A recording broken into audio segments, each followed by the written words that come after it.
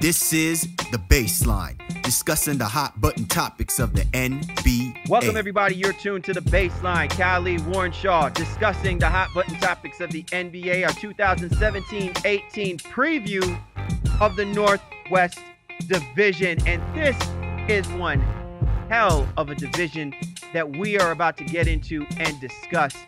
Probably the most movement out of all of the divisions in this past offseason for the NBA, and especially with the one that just happened within 48 hours of the time of us recording this podcast, man. It's just overwhelming how the NBA has been at the forefront of conversation throughout the course of this summer, and this is definitely going to be the must-watch division.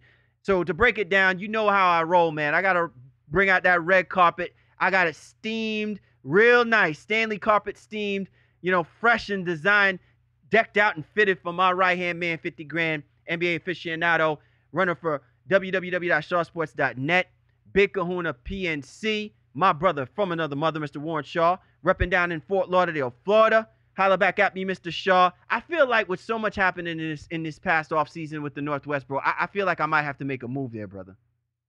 Well, I mean, there's plenty of great teams to go out there and watch, and you wouldn't be disappointed. I think, with most of the teams in this division, I think, as you alluded to, a lot of the teams are very much improved. Lots of moves that were made. The last place team could very well be the first place team this year. The first place team could be the last place team. So I think this is a great division to discuss, and especially with the moves that were made recently, right before the couple days before media day, man. Definitely. If you are a analyst, if you are a reporter, if you're going to be a color commentator, a play-by-play announcer, you have got to be feeling really, really good about this upcoming NBA season, bro. I mean, you think about this. Teams like the Minnesota Timberwolves, the Portland Trail Blazers, the Denver Nuggets, it's phenomenal. The Oklahoma City Thunder. By all accounts, when you look at these teams and the markets and what they represent, you could say that these are considered like mid-market, small market tier type teams.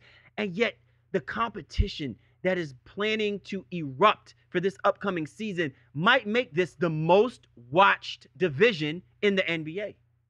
Yeah. Well, I mean, again, you're talking about two teams specifically at the top of the division.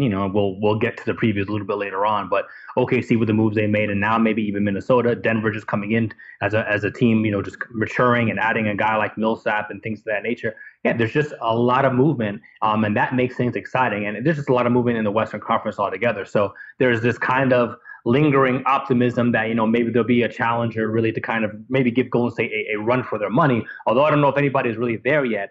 A lot of people are just excited about the opportunity that some of these teams may have to at least to make it a little bit more exciting. Well, what's phenomenal about this division, real quick, Shaw, is that, remember, we had three teams coming out of this division that participated in the playoffs last season. And the funniest aspect of this is, who are we to argue that won't be the case again for this upcoming season, even though we're talking about dynamics changing on certain rosters? Right. No, I think you are 100% correct. There should at least be three teams coming out of this division, and maybe a fourth, maybe as a lower seed, just depending. And it obviously is going to depends what happens, I think, in the Southwest. We pretty much previewed the Pacific and said only two teams are going to come out of there. So that opens up some, 6 more spots between these other two divisions. So there's definitely some teams that can make a move here. And I think a team that didn't make it last year is pretty much almost has to make it this year, and that's going to be Minnesota. But again, we'll get to that a little bit, my dude. Oh, definitely. So once again, we appreciate you and yours for tuning in to the Baseline NBA podcast. Be sure to get at my man Shaw at Shaw Sports NBA, or get at me at GameFace Lee. Our show's Twitter handle at NBA Baseline. We're available on all the major platforms. Available on iTunes, Stitcher Radio, Microsoft TuneIn, Player FM. So download any one of those resources and allow us to be your go-to resource discussing all of the good stuff that is happening in the association. You know how we do, and you know how we roll. It's time now to break down the Northwest Division. Time to break it down. Khalid, Warren Shaw of the Baseline NBA podcast, and this is our 2017-18 preview of the Northwest Division. As always, the way we roll, we take the last place team and discuss them first, all the way up to the first place team from last season. So let's go ahead and talk about that team that a lot of people have got their eyes on. And maybe more so anything, there is if there wasn't hype about this team last season, Shaw, there's definitely even more hype about this team for this upcoming season, the Minnesota Timberwolves. Now, this is a basketball team that finished with a 31-51 record. This is a team, very marginal, but young talent, good group of talent, good core group of talent, in which they said, all right, screw all that. It's time to make some major moves. A team that finished 13th in the league, averaging 105.6 points per game, 25th in rebounding at 42.4, 9th in the league at 23.79 assists, 23.7 assists per game, and then 18th defensively, allowing 106.7 points per game. The big topic of conversation was the play to get Jimmy Butler onto this basketball team. Also getting Jamal Crawford onto this basketball team. They signed they got Taj Gibson onto this basketball team. So this is a new look team, right? There's no Ricky Rubio. They said, we were high on Chris Dunn. Done away. He's gone to Chicago. And now the foundation has been laid. This is all about Wiggins. It's all about Butler. It's all about the big cat. And it's about Tom Thibodeau. And can he get these guys to start playing winning Minnesota Timberwolves basketball? Yeah, expectations are extremely high for the T-Wolves this year, as they were last year, but even more so now with all the additions that you just alluded to. Adding Jeff Teague at the point guard, and getting rid of Ricky Rubio, if you will. Adding Jimmy Butler, Taj Gibson, Tom Thibodeau guys, if you will, coming into the roster now. And even getting a capable backup off the bench, Jamal Crawford. Veteran leadership across the board, if you will. Cat is one of the top 5 talents in the NBA at this stage of his career right now. And Jimmy Butler, all-star, two-way player, all of that. This is a team that is poised to make the run. And if they don't, I don't know if the Timberwolves management can't look at Thibodeau and say, all right, you know what, we gave you everything you could possibly ask for. Why didn't it work? Assuming they all stay healthy, this is a team that has to get it done. Yes, they're still a little bit light when it comes to outside shooting, and that's where Crawford and Bledsoe and those guys coming out the bench are really going to have to help and inject some life into the perimeter. But otherwise, it's a team that should be able to defend, and this is definitely a team that should be able to score in that half court, especially with Cat getting multiple touches on the block. This team can be a top flight basketball team with versatility, athleticism for days, Shaw. I mean, we can't argue with the fact. I mean, yeah, they signed Jeff Teague, and Jeff Teague, he's a solid player. But Karl Anthony Towns, Andrew Wiggins, and Jimmy Butler, athleticism.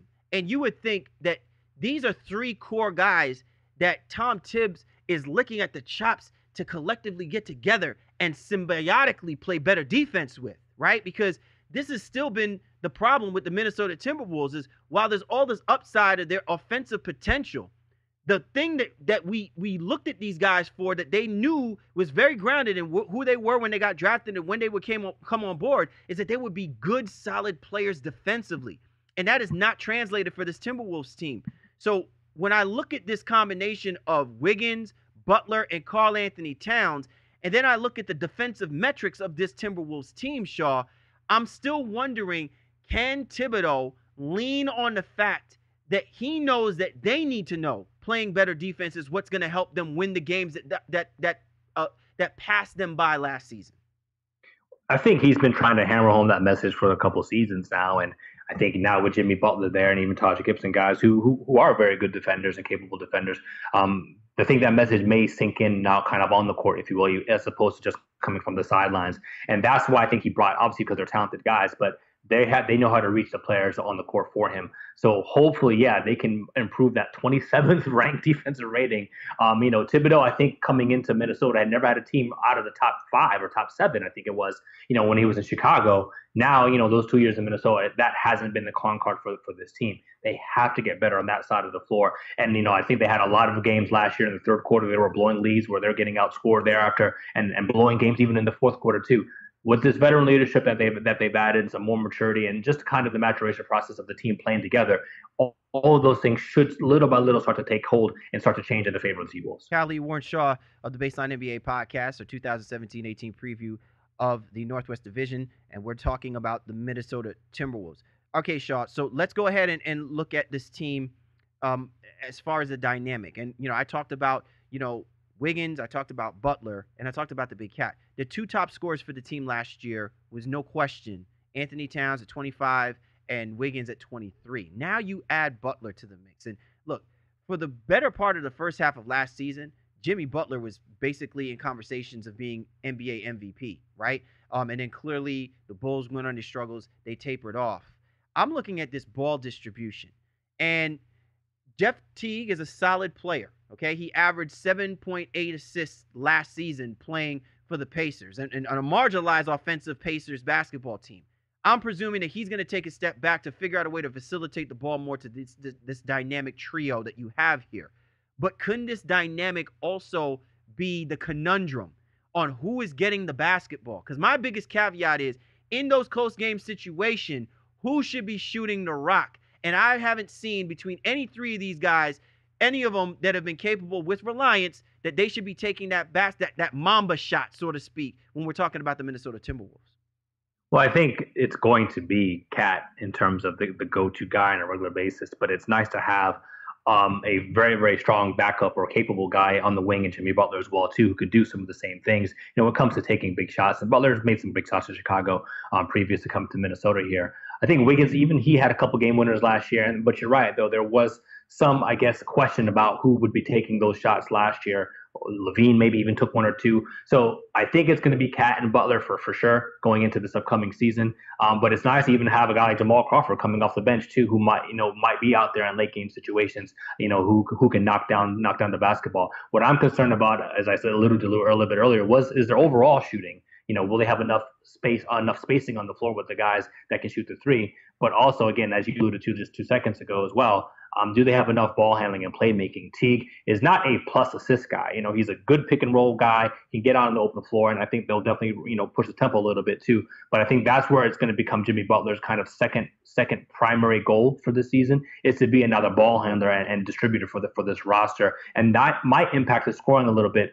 But I don't know that will necessarily be a bad thing, because then I'll allow Wiggins to continue to kind of keep and get his touches up where he wants to be, where he can get in the 20 points per game margin. Butler might take a step back into like 18-ish, if we will, but might see some more assists going into this upcoming season. One thing about this Minnesota Timberwolves team, Shaw, that I really like in getting a guy like Jimmy Butler is between him, Big Cat, Andrew Wiggins, these guys are going to get to the free throw line. And last season, the Minnesota Timberwolves was a top 10 team at getting to the free throw line. They were also top 5 in the league with free throw shooting percentage. And I think that will increase, because these are guys that are driven to get to the basket. Now, I don't know whether or not this is going to be a solid basketball team from shooting the three. So to your point, in a league now where the three ball seems to be paramount, I think this is why their defense is going to be that much more important, because if they're going to play a numbers game, they're going to have to defend the three a hell of a lot better than they did last season, okay? But if they're not going to shoot the three at a better level or at a higher level, that means they need to get to the free throw line and get easy points. They're capable of it, but I just wonder, will that be the discipline in Thibodeau to get those guys to do that, especially in situations where their shot is not falling? Yeah, well, I mean, they have a lot of questions, a lot of holes that they started to play better towards the last part of last year after the All-Star break, as a lot of young teams do. And yeah, they didn't live up to expectation. And some of those same things are just mental mistakes and bad turnovers and bad shots, decision-making, things of that nature, that they just have to get past this upcoming season if they want to take a next step. Cat has already said they're not just looking to make the playoffs, but they're looking, to make it at least to the second round, if you will, make a nice run in their initial showing that they haven't had, I think like 11 years or something like that. So this Timberwolves team is definitely poised for improvement, but you still wonder a little bit about their bench. They brought back Shabazz Muhammad as well, so you don't know what his role is going to be. I guess the money just wasn't out there for him to go somewhere else. But where does he fit in now, especially with Bjelica's need for shooting being so paramount for what Minnesota needs to do? All right, Shaw, before we do our over and under, I'm really curious about the Tib move to bring in Taj Gibson. How do you like this? Me personally, I think what's going to happen is Taj is going to wind up being the starting, power forward. If clearly they're moving Karl Anthony Towns to the 5. I'm not sold on Taj Gibson.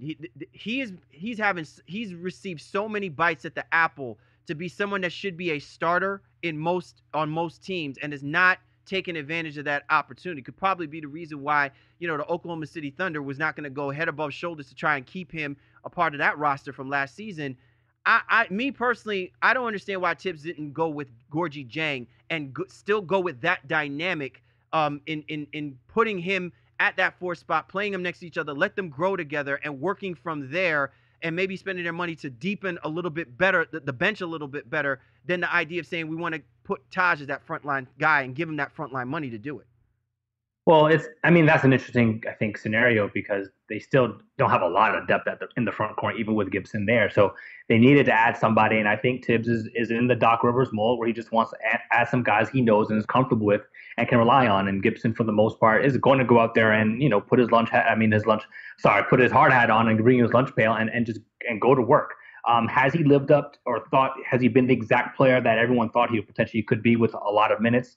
I agree with that. He hasn't done that, but he's still a good defender, a good rebounder, a guy who can hit the pick and pop on the screens as well too. And the nightly dunk, he always finds a way to kind of get a putback dunk over somebody and get the crowd excited for a little bit as well too. So they're not extremely deep at the front court. Dieng and Gibson they'll probably split minutes at that 4 position with Towns at the 5. But then Dieng can also slide over to the 5 too if Tibbs doesn't want to go with Patton or Aldridge. All right, Shaw, let's go ahead and do our over under. They have the Minnesota Timberwolves at 48.5. You're taking the over or under on the Timberwolves season? Oh man, I'm going to go with the under, and I'm going to say like maybe 47 wins.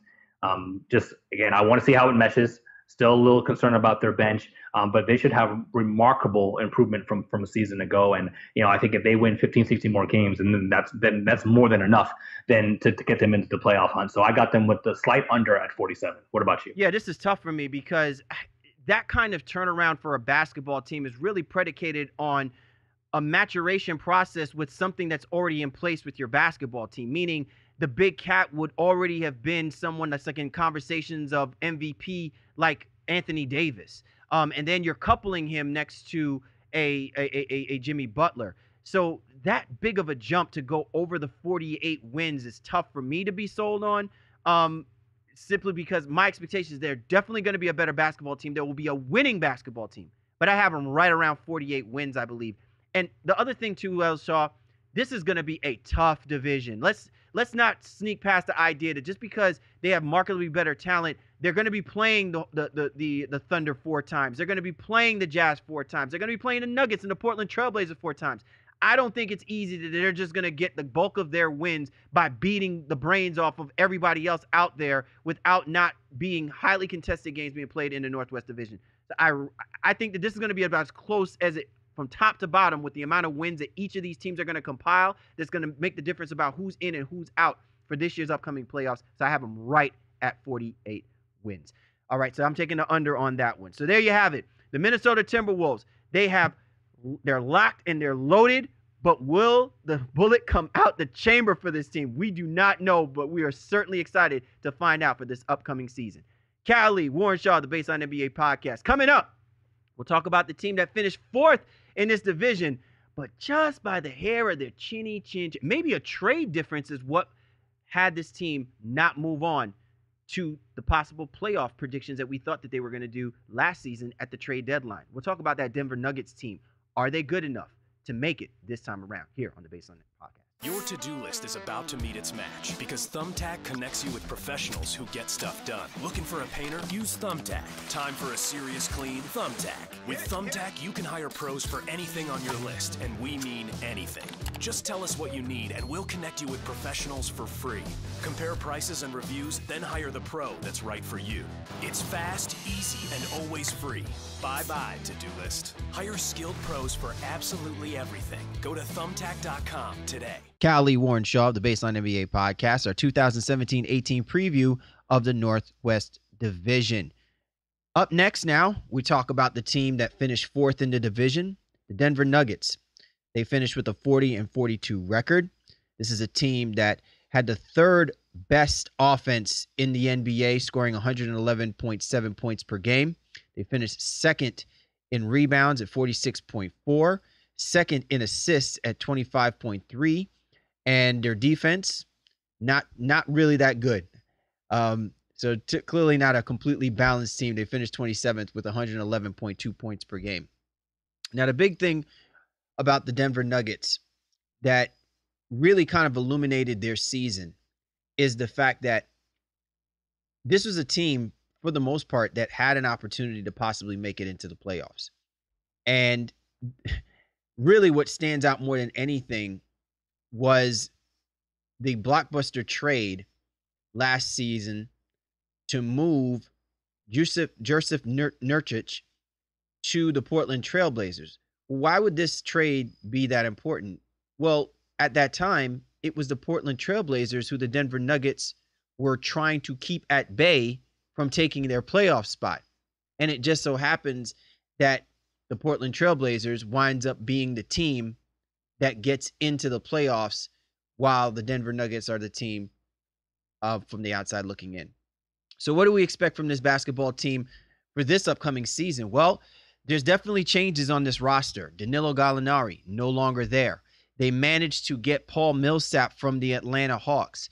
And while those are two very big names, I think the thing that stands out more than anything about this Denver Nuggets team is, do they have enough to be able to contend with the horses that are in the Northwest Division, which, again, as we alluded to at the beginning of the show, by far the most toughest division. And Shaw, that's the one thing I think that stands out, that while every single year over the last couple of years, this Denver Nuggets team has been incrementally better, I don't know how far out now this really helps gauge, especially for this coming season, given the moves that they've made, that it will be good enough for them to maintain and compete with the rest of the other teams in this division. Yeah, I think it's an interesting question simply because they, for the most part, have a lot of continuity of their roster. Getting a guy like Paul Millsap is a huge get, but that's the only major change to the team. Now it really is a matter of who is going to be the point guard and who's actually going to take the reins of that position. Is this the season now Jamal Murray makes sure that Moutier is a backup? And Moutier has been talking a lot in the offseason about how he's improved. He sees the game slower, but we heard the same thing last year. So for me, the point guard situation is very, very tenuous at best. A lot of hype around Gary Harris, and obviously a lot of hype, and deservedly so, around Nikola Jokic. Jokic is probably their best passer on this.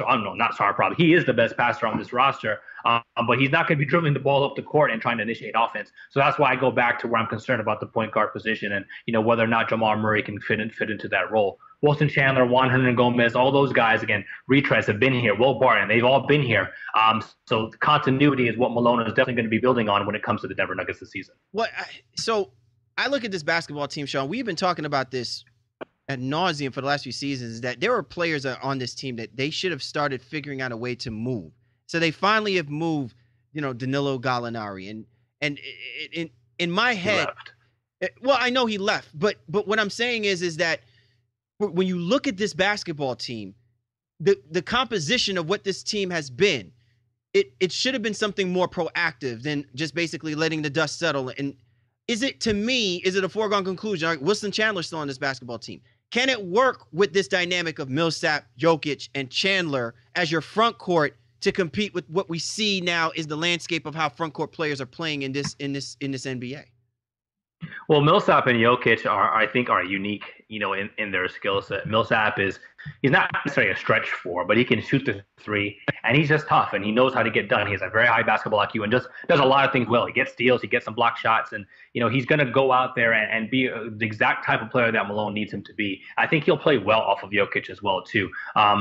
The question about Wilson Chandler is, listen, I've never been a big Wilson Chandler guy, but each season he plays, he kind of comes into his own and plays a little bit better when he's healthy, and does a lot for this Denver Nuggets team. And although I didn't think they were going to resign him a couple of years ago, they went ahead and did that. And now I think he's understanding of a role that he could fit in here, especially as a veteran guy and someone who's been in the Denver system for a little while now under Malone. So the front court, yes, it is very interesting in terms of the talent, but I don't think it's a bad front court. I think it's one that can definitely compete in today's NBA. And then even with the backups they have, with Trey Lyles, Daryl Arthur, those two guys they can space the floor at that forward position. And then you wonder about Mason Plumlee and Fareed. The question really is what happens to Fareed in this lineup now? Does he have any minutes? Is he somebody that's going to even still be on this roster when it comes down to things? Because they just re-up with Plumlee, so you figure, okay, they're married to him and want to make sure he gets some minutes out there. Fareed seems to be like the odd man out to me. Well, all right. So we're saying we're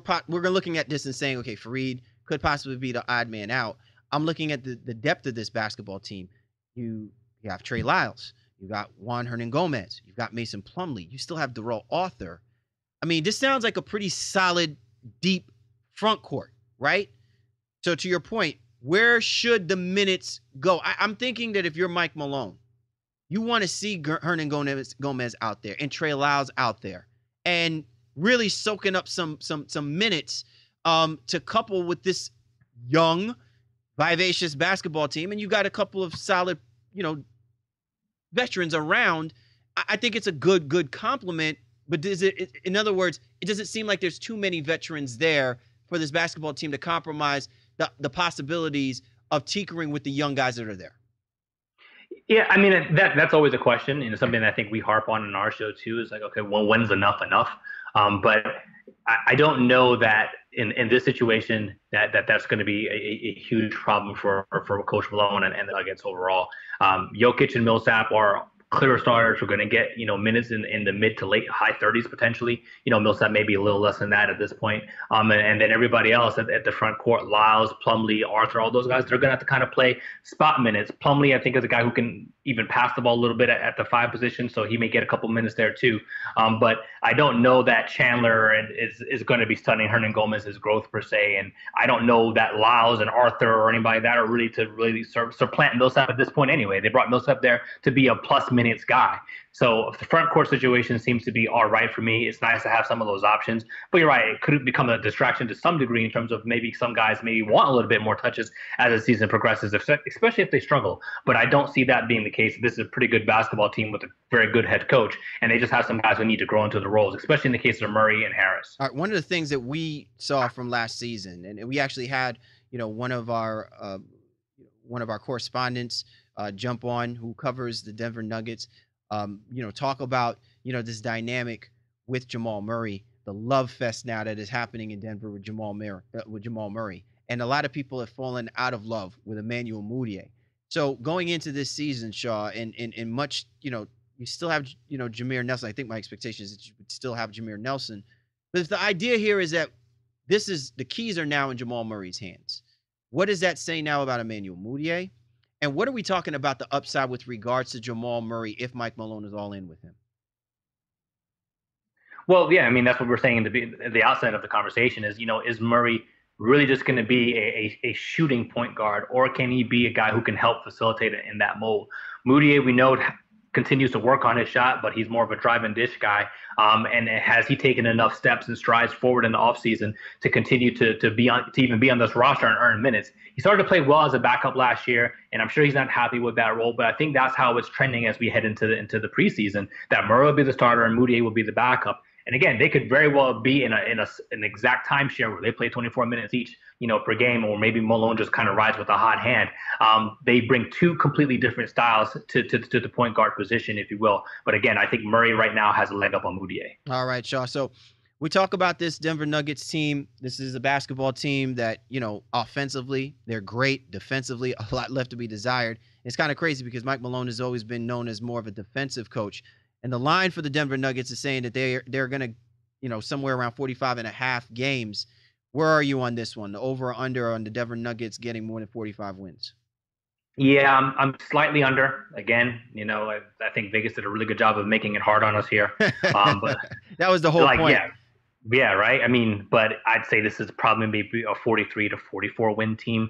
And again, fighting for playoffs, if you will.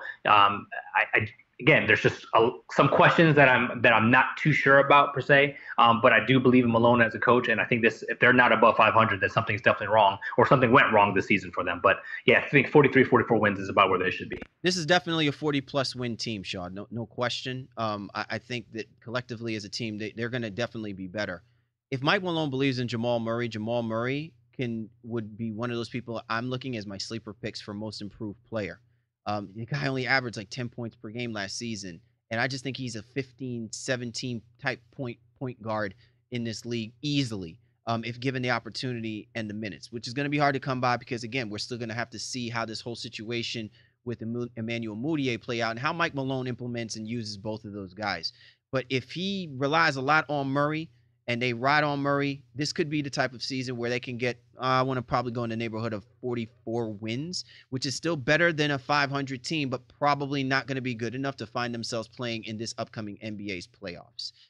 A lot of stuff to look forward to, though, with this team, man, because I think this is going to be an exciting basketball team that's going to love to run the numbers up. It's just going to be a question of can that team be effective defensively, and that chemistry of their front court, I think, is something that you have to keep an eye on most definitely. Coming up, we're going to talk about the team that finished third in division. While a lot of people in the last few seasons have talked about the combination of Lillard and McCollum as one of the best in the NBA, it's not translated to them being a knee-deep team in the playoffs. Can this be the season, though? We'll talk about it on the flip side here on the Baseline NBA podcast. So we interrupt this great podcast that you're listening to. My name is Kevin Rayfuse. I'm Tim Tompkins. And I'm Justin Kuzart. And we host the Drive and Dish NBA podcast.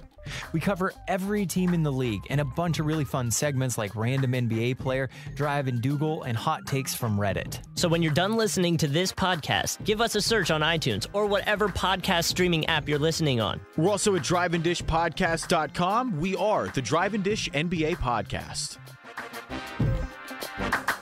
Yes, sir. We're back. Cal Lee Warrenshaw of the Baseline NBA podcast, the 2017-18 preview of the Northwest Division. Next up, talk about that team that finished third in division, and we are talking about the Portland Trailblazers, a team that finished 41-41. Truly had a phenomenal season with the combination of Damian Lillard and CJ McCollum. What a pair, what a combination. I mean, especially that playoff game against the Golden State Warriors. I think when people saw how those guys came out and dropped collectively 84 points on the now reigning NBA champions, people said, man, we want to see this combination for years to come. They just need to put together a roster around these guys. Well, they certainly made a move in the midseason last year when they picked up Nurkic. The problem was the guy wasn't healthy enough to help them down the stretch.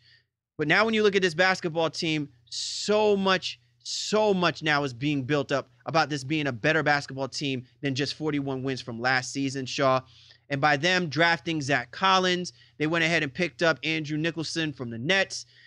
Not a lot done. They were able to move Allen Crabbe. They don't have Festus Ezeli anymore.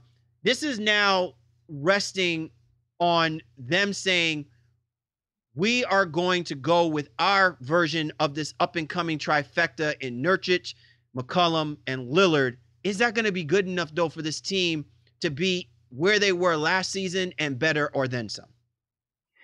Yeah, this is a roster that seems to be, kind of stuck a little bit. They didn't make great moves, and they were obviously in the Carmelo conversations, or at least they thought they were trying to get Carmelo over to this roster to be their starting small forward. But they have so many bigs, and this I think is going to be a problem at some point. For Stotts, and just like, all right, who is going to play? Swanigan, they added, as you alluded to, Vonleh is still there, Zach Collins, Myers Leonard, Ed Davis, and of course Nurkic at that center spot. This is a team that fouled a lot last year. They were one of the league leaders in fouls, and then also obviously subsequently putting people on the free throw line as well too. And now they added, some more slow-footed bigs, if you will. Zach Collins, I guess, is a guy, maybe a little bit of athleticism. But how much is he going to play?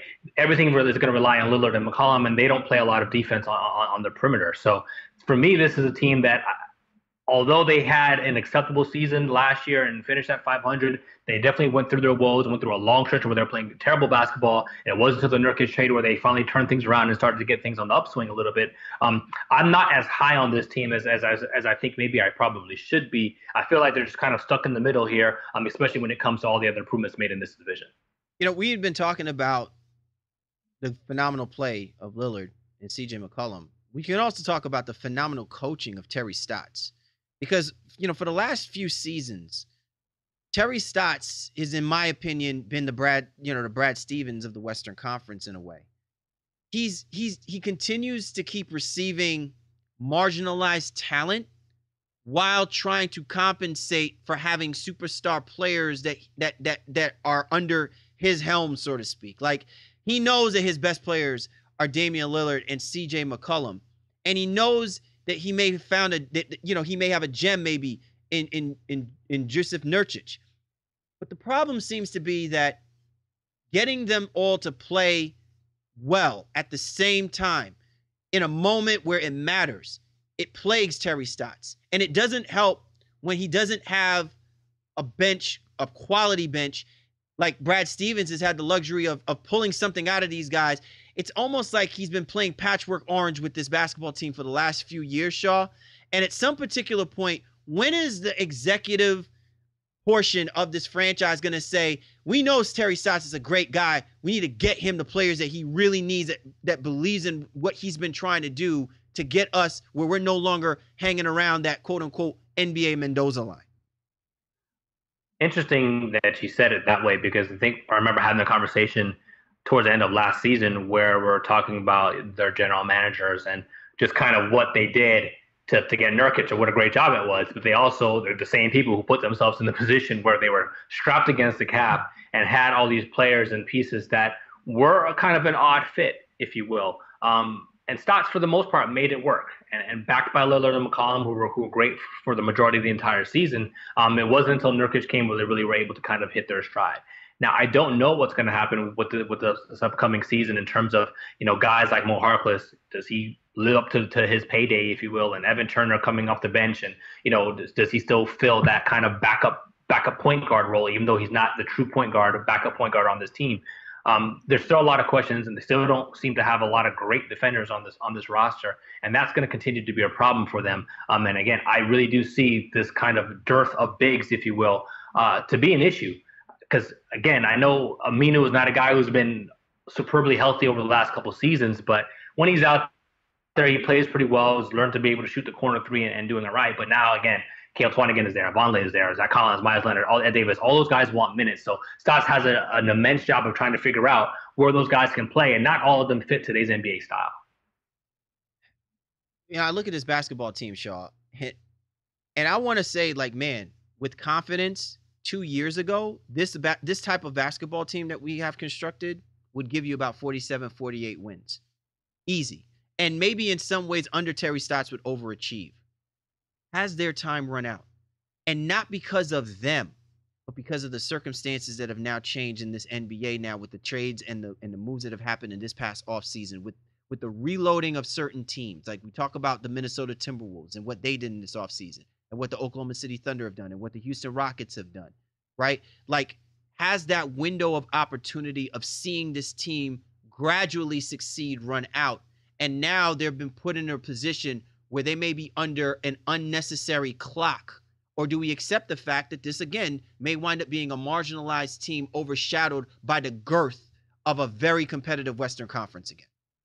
Well, I think that's the latter. And really, at the end of the day, I think this team is going to be a lot like they were last year in terms of being very streaky. I think they're going to play extremely well in certain cases, and then other times they're not going to be able to buy a win, and they'll be blowing leads and all that because they just don't have enough good defenders on their roster. So for me, the bench is a little bit suspect, especially behind Lillard and somewhat behind McCollum, although I don't dislike Evan Turner. Very suspect. No, I mean, Shabazz Napier, I think is decent, and but again, no one's had confidence in whether or not he should be someone backing up Damian Lillard, and let's not act like he's going to be someone that they're going to rely on to supplement points for this team when Damian Lillard comes off the bench.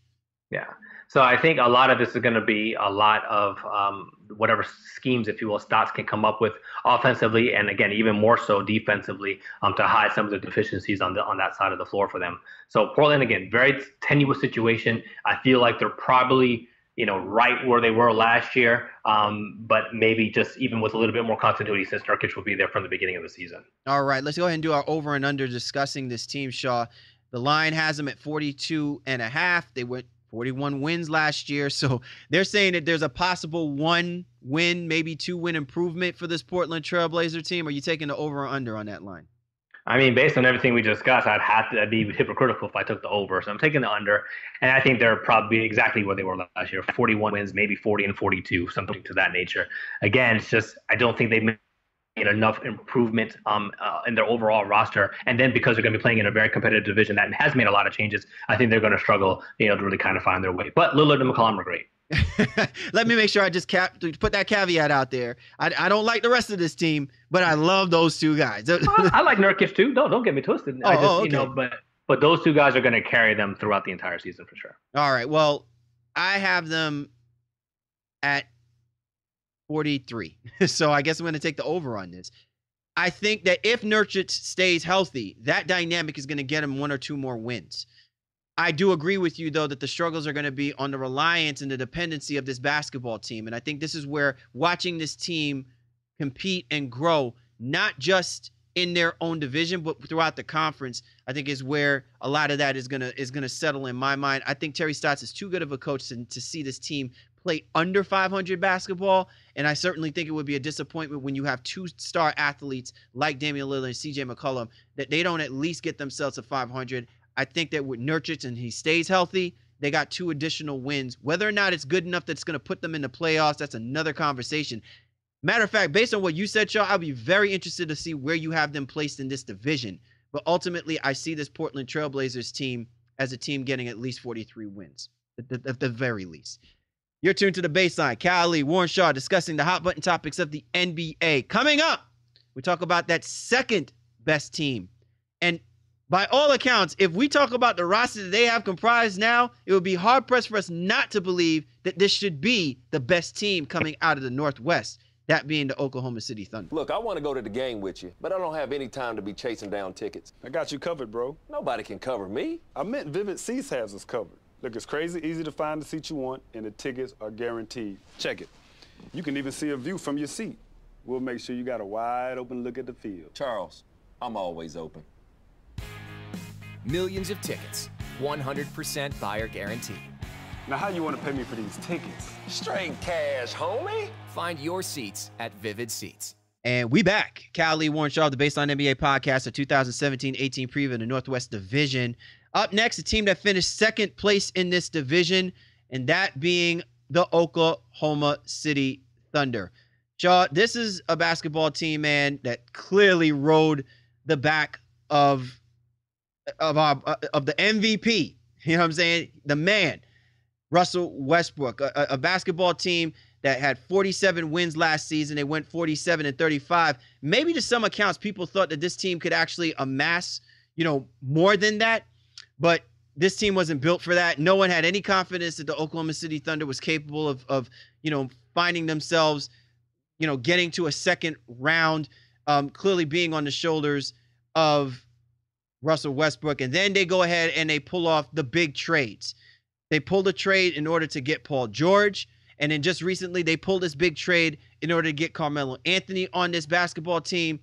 I think across the board, this is a basketball team that has all the upside of being a great team offensively and then really some question marks about where they can possibly be defensively. Another year under Billy Donovan's hat.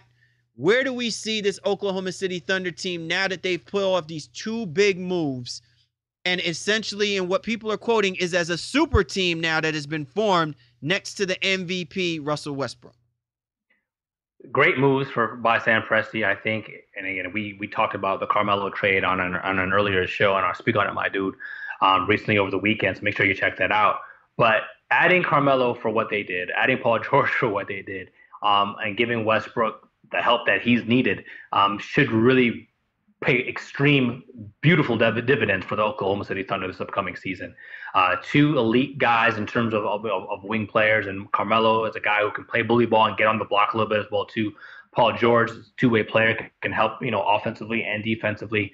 They even added a guy like Patrick Patterson from Toronto, a guy who's an underrated defender, but decent defender and also can shoot the three. Especially that corner three if he's open.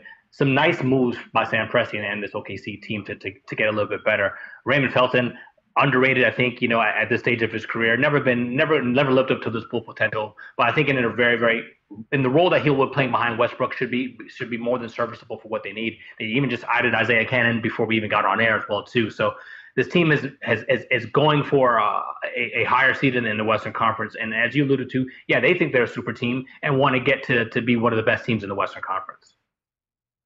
I'm not going to go out on a limb to say that, and I never believed that. I don't think that this is a super team. And again, to your point, Shaw, take a listen to what we do on our segment of Speak On It, My Dude. This is, however, a playoff team. This is a playoff team that at the very least should be getting to a second round when you're playing next to Russell Westbrook, who clearly, above all standards, having the type of season that he had last year. What's scary, Shaw, is that he could replicate that.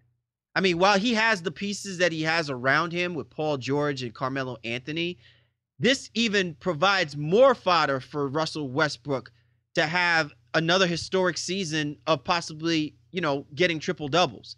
It wasn't as if Steven Adams blew you out the waters as a great rebounder. Carmelo Anthony sure as hell is not a solid rebounder. Paul George is a marketably better rebounder than what they've had at the three position over the last couple of seasons. But they're going to be relying on Russell Westbrook to do all that what he showed us last season. So he very well could have another MVP-like type of campaign. And it can be accentuated even more, Shaw, if guys like Paul George and Carmelo Anthony benefit from what Russell Westbrook showed us this past season. My question is, after hearing the comments from Paul George saying, I think I'm going to go for it. I think I'm going to go for MVP. Is that good for this Oklahoma City Thunder team who on paper look like they should be good enough to be competing at a high level with the best of the best in the Western Conference? This is one of those situations where it's hard to knock a player for having a certain level of confidence in himself and, maybe shooting for an individual award, if you will, that he would hope would also lead to team success.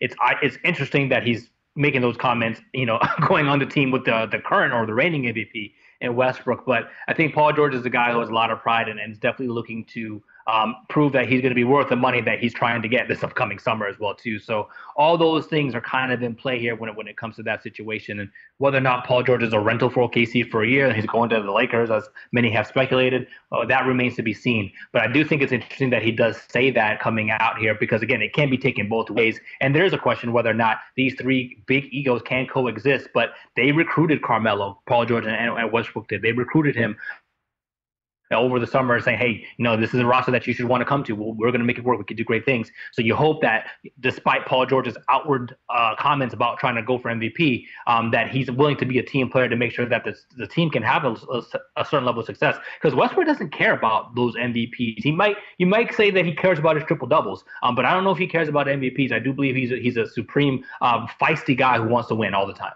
Well, he's a feisty guy that wants to win all the time, but he's also a feisty guy that wants to score the basketball. And he doesn't want anybody, dictating to him how he should play his game. And maybe to some degree that has benefited Russell Westbrook But do you think Westbrook can go into this season and average 31 a game again this year? Like he can get a triple-double. He could very well average 20-something, 10 and 10 again. But if he averages 31 a game again with Carmelo and Paul George on this roster, there's something wrong. Well, that's to my point, Shaw. Like, what kind of – see, to me, this is what I feel like the Sam Presti is throwing all of his chips on the table. He's banking that Russell Westbrook can figure out a way philosophically to be a better player than what he showed us last season in ways that actually makes guys like Carmelo Anthony and guys like Paul George better players. In other words, coaxing them into the idea like you'll never go anywhere else and be happier knowing that you're playing with a guy that wants to see you succeed. Because look, it's not like Carmelo Anthony and Paul George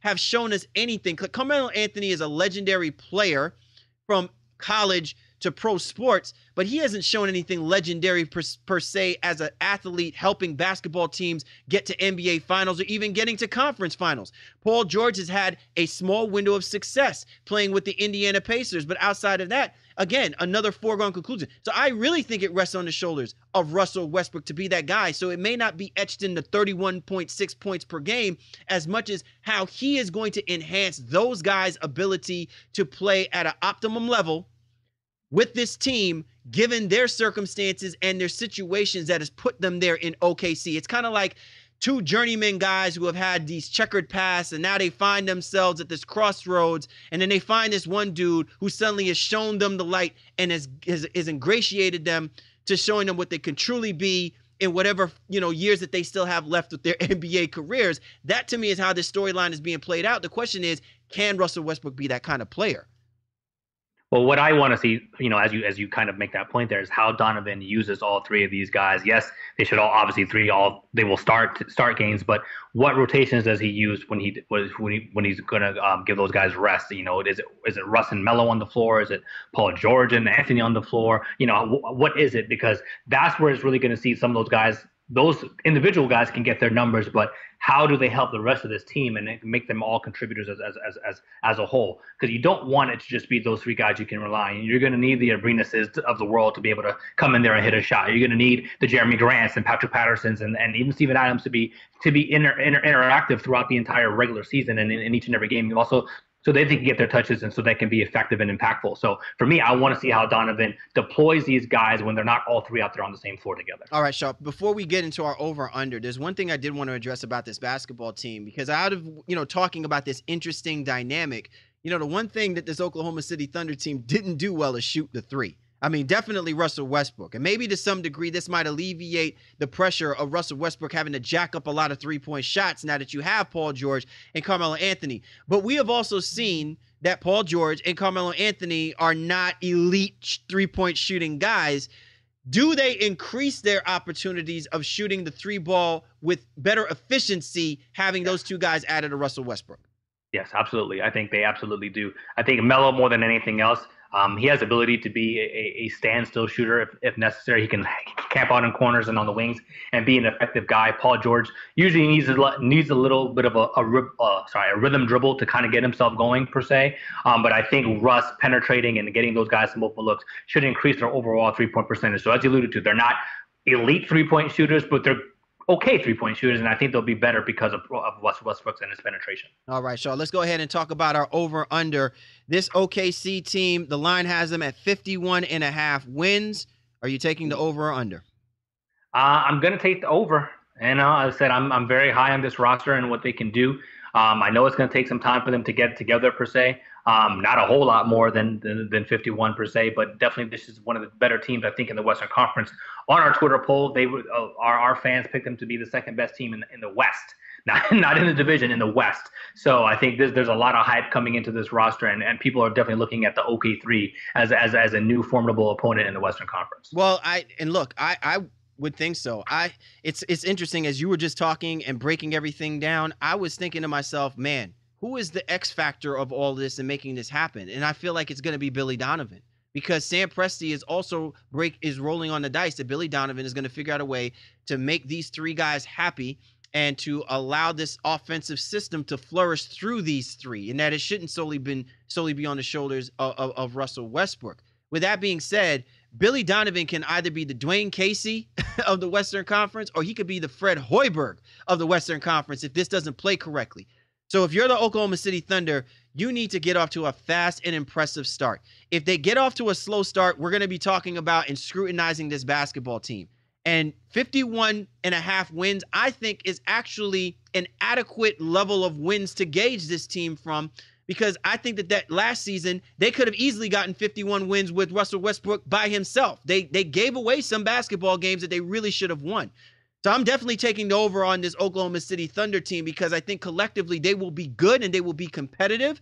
And if Billy Donovan knows how to talk to these guys, they will not let wins that they had opportunities to get last season squander. And if you're Carmelo Anthony, if you're Paul George, you certainly don't want to be the guy with that kind of egg on your face on a basketball team that Sam Presti has pushed his chips all the way in just to get to that second best team in the Western Conference. Cali, Warren Shaw of the Baseline NBA podcast. You are tuned to us in our 2017-18 preview of the Northwest Division. Coming up, we'll talk about the team that finished tops last year. They lost their big man, their big dog. Does that mean that this team should take a step back? May not be so. Catch us on the flip side and we'll discuss. Holiday rentals? Search Home to Go Gold Coast from $36. New Zealand from $39. Home to Go Bali from $29. Home to Go, the world's largest holiday rental search engine.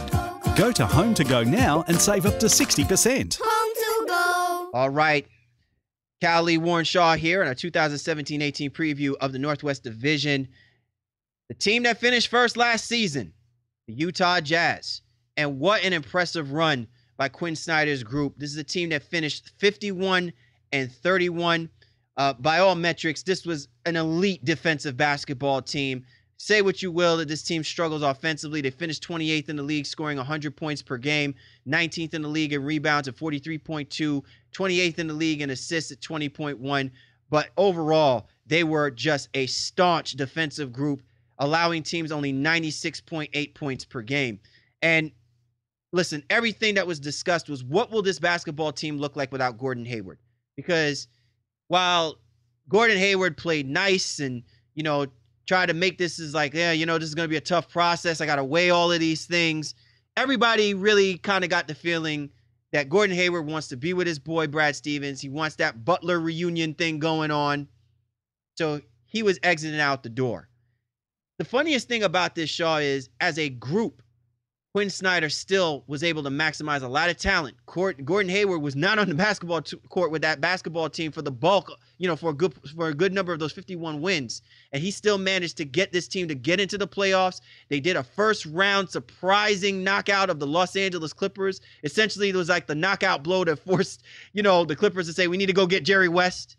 This is a basketball team, Shaw, that I really think people should not try and sleep on simply because they lost Gordon Hayward.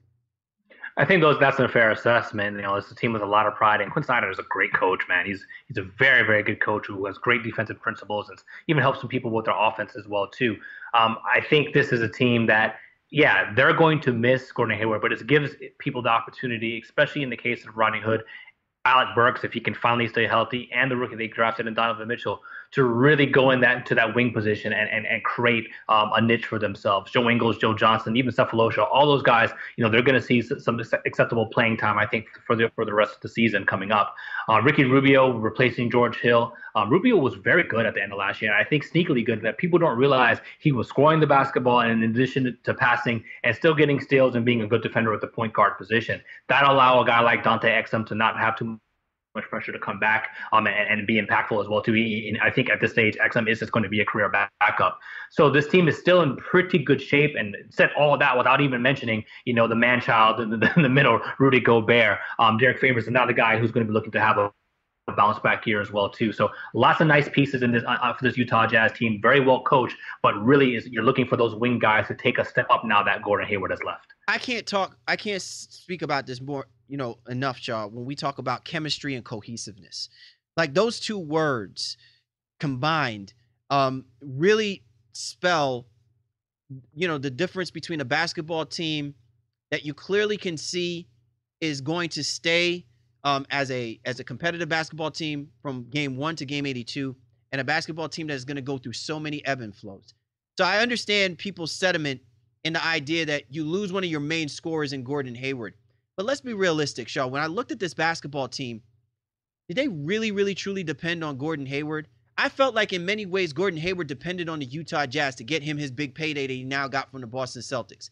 Because if nothing else, unless the Utah Jazz found themselves playing in the Western Conference Finals, Gordon Hayward probably wasn't going to stay with this basketball team simply because he knows that he needs to be paid. He's going to get paid an exorbitant amount of money. And maybe the Utah Jazz would have considered doing that, but I think that they rely more in the system and the coaching of Quinn Snyder and what he's able to do for guys like Rudy Gobert, what he's able to do for guys like Rodney Hood and Joe Ingles, who like out of nowhere is now like, the great white hype out there for Utah. That guy has got skills, and he put them on display in the series against the Los Angeles Clippers, and he also put that on display to some degree against the Golden State Warriors, that they feel comfortable enough to go with the roster that they have.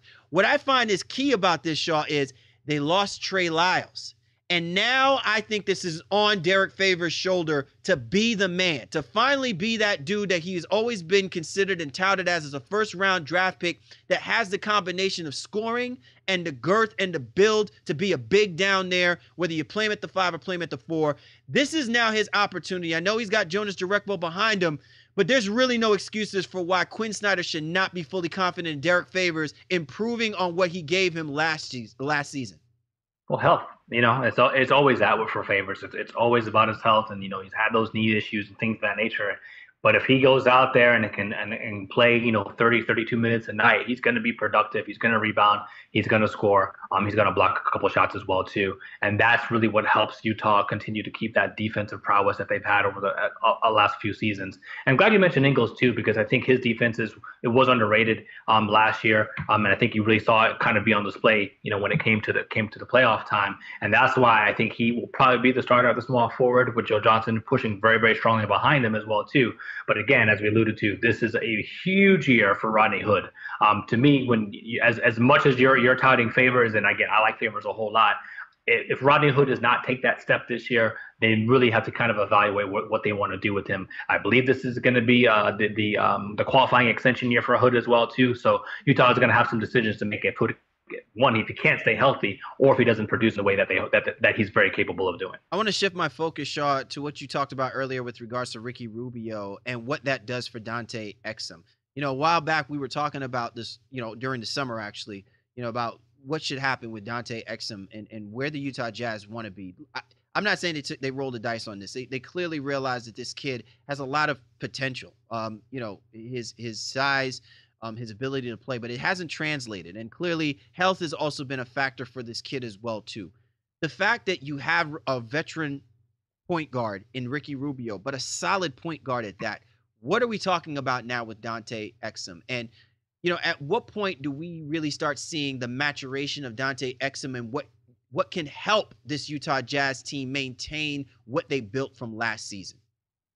It's with any point guard of his ilk, if you will. It really is. Did he work on his ability to score the basketball and his ability to really? And look, Shaw, we're talking about this. This is something that they're gonna have to address at some point. And while this team defensively is gonna be stout, I don't know if across the board offensively they still have it together where they're going to be able to compete with these teams like the OKCs, the Houston teams, and the Warriors that have the luxury of just letting their defense go because they know that they're going to score more baskets against a better defensive team that night. Exactly. So if he hasn't worked on his game where he can score the basketball from the perimeter, or at least be a great finisher when he's getting past and driving by defenders, if you will, then that's going to be a problem for them. Because again, although I said Rubio was improved his offense last year, you kind of want to see him do it again. Can he be consistent offensively, especially with his jumper? So Exum's going to have opportunity to kind of go out there and be an offensive threat, especially in pick and roll, but in drive and dish situations. But he's got to be able to finish, and people are going to eventually back off. So he can at least hit the mid-range jump shot,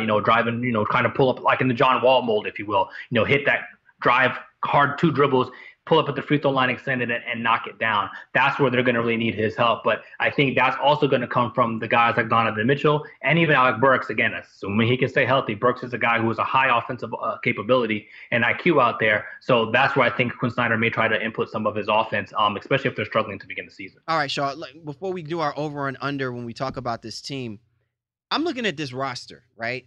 And I got to tell you, they have a really sneaky deep roster, right? Like they have Jonas Directbo, they got Joe Johnson, Tybo Cephalosha, Alec Burks. You can consider Dante Exum as a veteran a little bit, sort of. He's been with the league now for the last 2 seasons and stuff, right? In a way, I thought that by them not having Boris Diaw, who I don't even think is in the league at this moment in time, I thought losing Boris Diaw would be a big blow to this basketball team. Because while Boris Diaw isn't clearly the Boris Diaw that we remember playing the Phoenix Suns, or even his championship contributions to the San Antonio Spurs, he would, to me, must have had given that front court something to go on. And even last year, when injuries plagued that front court, he came in and played big minutes. How much reliance are you really looking at with guys like Jonas Directbo, Ekpe Udoh, Tybo Cephalosha? Do you think that they'll be able to match what they got from guys like Joe Johnson and Boris Diaw? I thought that combination, if they kept that their depth would be great. But losing Diaw, man, I'm scratching my head on this, but I still look at this roster. I'm like, man, they have actually one of the better, deeper, benches in the NBA if you really look at it for what it is. Well, I think Diaw is a loss, I think, in the locker room more so than he was on the court. Yeah, you're right. He played more minutes than I think they even expected him to last year because Favors was so banged up. But they found something last year that it's kind of like Paul Pierce-esque, if you will. Like, the latter part of his career, Pierce was playing a lot of 4. Joe Johnson was playing a lot of 4 for Utah last year, especially even in the playoffs too. So you may see that kind of come into fruition. Joe Johnson has great size at 6'8", 6'9", can still shoot the 3, can still dribble, and cross up defenders are here a little bit as well too. I think that's where you may see Johnson deployed a little bit more to kind of give them even some more size and more so even versatility when it comes to that 4 position. But yeah, they'll miss Diallo a little bit, but not as much since they still have Joe there. And again, it still gives opportunity for some of these young guys who haven't been healthy to finally stay healthy and get the burn that some of these other guys have left in the wake of their departure. All right, Shaw, let's go ahead and do our over-under. Last season, 51 wins for this Utah Jazz team. Impressive. Tops in that division. The line has them at 40.5. Are you taking the over or under on this? Ooh, that's sweet, right? I'm gonna take the over. And I think easy money to you, right? Easy money. Yeah, I mean, not easy. I mean, a little hesitant. Yeah, I'm concerned, but I do feel that this is a team, if healthy, can still be a very, very formidable team because they play good defense, and I really do like that rookie Donovan Mitchell. I think he's going to be something special out there for them on a regular basis. And then just have lineup versatility. I believe in what Favors can do if healthy as well too. Gobert continuing to move forward in a positive direction. Again, if Rubio continues on his upward trend that he did post All-Star last year, this is a team that's going to surprise people. And I think they are going to get slept on because Hayward is gone and because George Hill is gone, and people are going to be taking them lightly. So they may be able to stack up a couple wins early on, especially if they can get some chemistry together. Easy money for me, Shaw. Definitely taking the over on the Utah Jazz at 40.5. I think it's a joke. I think this is still an above 500 basketball team. And while I respect the fact that Gordon Hayward isn't on this team, and he did, he was a top scorer for their team and everything like that, I think that opens up the door for guys like Rudy Gobert, Derek Favors, and Joe Ingles to really up their game up, and you can see those numbers spike offensively. I think where this team will struggle is their ability to play offensive, high-scoring games when their defense breaks down. So that's going to come against teams that's going to force them to play that way, and that's not as easily told. When you look at teams in the Eastern Conference and you look at how some of these teams are comprised in the Western Conference, so I don't just outwardly think that they're just going to head above shoulders, like get you 51 wins again. But I certainly don't think that this is a basketball team that you should look at and think that they're in a below 500 basketball teams. I'm certainly taking the over on the Utah Jazz. Callie Warren Shaw here of the Baseline NBA podcast. So now, Shaw, that we've broken down all these teams, you know how we roll, bro. It's time for us to give our take on who is the tops in this division, and we got to go down from fifth place and up. So I'm gonna start with you, Shaw. Who do you have in fifth, and who you got going all the way up to first? Alrighty, I'm gonna put the Blazers last. Again, a team. Wow. Yeah, but a team that is going to be right around 500. I mean, it's not bad considering what the record could be. Somebody's got to finish last. You're saying that a combination between McCollum and Lillard is not good enough to even get fourth or third in this division? Damn, this is going to be a hell of a division, bro. Okay. It's a tough division. Roll with me, baby. Talk to me. All right. I got Portland finishing fifth. I got the Utah Jazz finishing fourth, the Nuggets finishing third, and then Minnesota finishing second, and the OKC Thunder finishing first. That's what I got, man. I think, and again, it's not a knock on any of those teams. I think they're all going to be 500-ish or better. But this is a very, very deep division. I completely agree with you. I don't have it that way you have it. I actually have the Nuggets, unfortunately, finishing last. Not saying that this is not a basketball team that's not capable of getting you that's going to be above 500. They will be above 500. I see that the Utah Jazz, I think, is going to finish fourth. I have the Portland Trailblazers finishing third. It's just hard for me not to see McCollum and Lillard as this combination not being one of the more overall dominant backcourts, getting them wins, and then having Nurkic again staying healthy. They may be better than those other two teams. And then the Minnesota Timberwolves I have second, and then I have the Oklahoma City Thunder finishing first in that division. So definitely interesting dynamic, man, with our fifth to third places. But we definitely are pretty certain on where the Timberwolves should be at and where we expect them to be at and where the Oklahoma City Thunder should fall. For sure. And I think if Minnesota falters in any way, shape, or form, struggles out the gate, then any one of these teams can come up here and snatch and knock them down a notch as well, too. But I just feel like there's too much talent in that. I just believe Cat is one of the better players in the division and obviously one of the better players in the league. But again, Russ still reigns supreme as MVP. And with what they've added, they should go ahead and run away with this division for the most part. I think Minnesota, again, if healthy, can contend. But OKC, to me, head and shoulders above everybody else. And the rest of the division is very, very, very good, very strong, and will be formidable for the rest of the league for sure. I was going to ask you, do you think Russell Westbrook replicates MVP? But I know what your response is going to be like. Oh, you're going to have to wait till we do our show where we give you our award show, our preseason award previews and stuff. I mean, I don't think it's going on a limb to say that Russ can always contend for an MVP award. And yeah, there's no doubt about that. But as I said, if he's at 31 a game again, that's going to be a little bit hard for me to see. But I think he could very easily be in, 24, 25 a game, and maybe even 11 assists, and then, maybe 8, 9-ish rebounds as well too. So challenging for triple-double again. He's an amazing, talented player who's relentless. And now that he's got some extra help, I think his numbers and efficiency should just be. I'm going to ask you this question because I didn't get to ask you this when we did our previews. But do you think that buy or sell? Do you buy that Paul George will average more points than Carmelo Anthony in this regular season? Absolutely. And I'd be stunned if Paul George, if it wasn't like 2 or 3 points per game better than Melo. I think Melo's going to definitely have some games where he's in the low teens, if you will, and maybe not getting as much touches. And then they'll be nice. He'll be able to carry them if some of the other guys are struggling. But just by virtue of being younger and more versatile, I think Paul George is definitely going to be the number 2 option in OKC this year. All right. Well, there you have it, man. Marshall calling it out. He's buying on Paul George. Paul George is going to up the ante, man. You're going to make that push for that MVP run. Oklahoma City Thunder, our predicted first-place finisher in the Northwest Division.